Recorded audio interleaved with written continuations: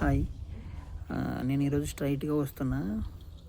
అంటే పాలిటిక్స్ ఒకప్పుడు గత ప్రభుత్వంలో పాలిటిక్స్ అంటే ఎట్లా ఉండేవంటే, మనం పొలిటీషియన్ అవ్వాలంటే ఖచ్చితంగా డబ్బులుండాలి, పలుకుబడి ఉండాలి. అంతకుమించి అన్యాయంగా బ్రతకాలంటే న్యాయంగా వెళ్తే మనం ఈ రోజుల్లో బాగుపడం అనే ఫీలింగ్ ఉండేదనమాట. మాయ మాటలు చెప్పాలి. అట్లా ఉండేదనమాట. ఏవైనా మనము నిజాయితీగా ఉంటే అవ్వదు ఈ రోజుల్లో అనే ఫీలింగ్‌లో ఉండేది యువతకి గాని అందరికీ.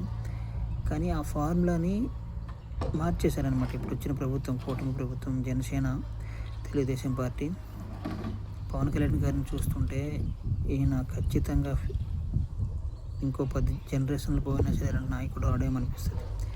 లోకేష్ గారిని చూస్తే ఆయన కూడా చాలా విజనరీ పొలిటీషియన్‌లా అనిపిస్తాడు.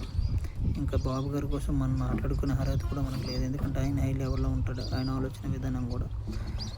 దానికి ఉదాహరణలు ఏంటంటే, మొన్న పవన్ కళ్యాణ్ గారు జనసేన పార్టీ కార్యాలయం ఎదురుగా వైసీపీ సర్పంచులు వచ్చి ధర్నా చేస్తే వాళ్ళందరికీ భోజనాలు పెట్టి వాళ్ళ సమస్యలు తీర్చుకొని పంపించాడంటే, ఈ విధంగా కూడా మనం చేయొచ్చా? ప్రత్యర్థులను కూడా గౌరవించాలి రాజకీయాలు. ఎంత సాంప్రదాయమైన రాజకీయాలు చేయాలి అనిపించేటట్టు అనిపించింది నాకు. చాలా హ్యాపీ అనిపించింది. చాలా హెల్దీ పాలిటిక్స్ అనిపించింది. సో అట్లనే ఉండాలి. భవిష్యత్తులో చాలామంది రాజకీయ నాయకులు అవ్వాలంటే ఖచ్చితంగా నీతి, నిజాయితీ, గట్స్తో ఉండాలనేసి ఒక ఉదాహరణ సెట్ చేశారు పవన్ కళ్యాణ్ గారు. జై పవర్ స్టార్. నేను పవర్ స్టార్ అభిమానాన్ని కాళ్ళు రగరేసుకొని చెప్తున్నా. జై జనసేన, జై పవర్ స్టార్.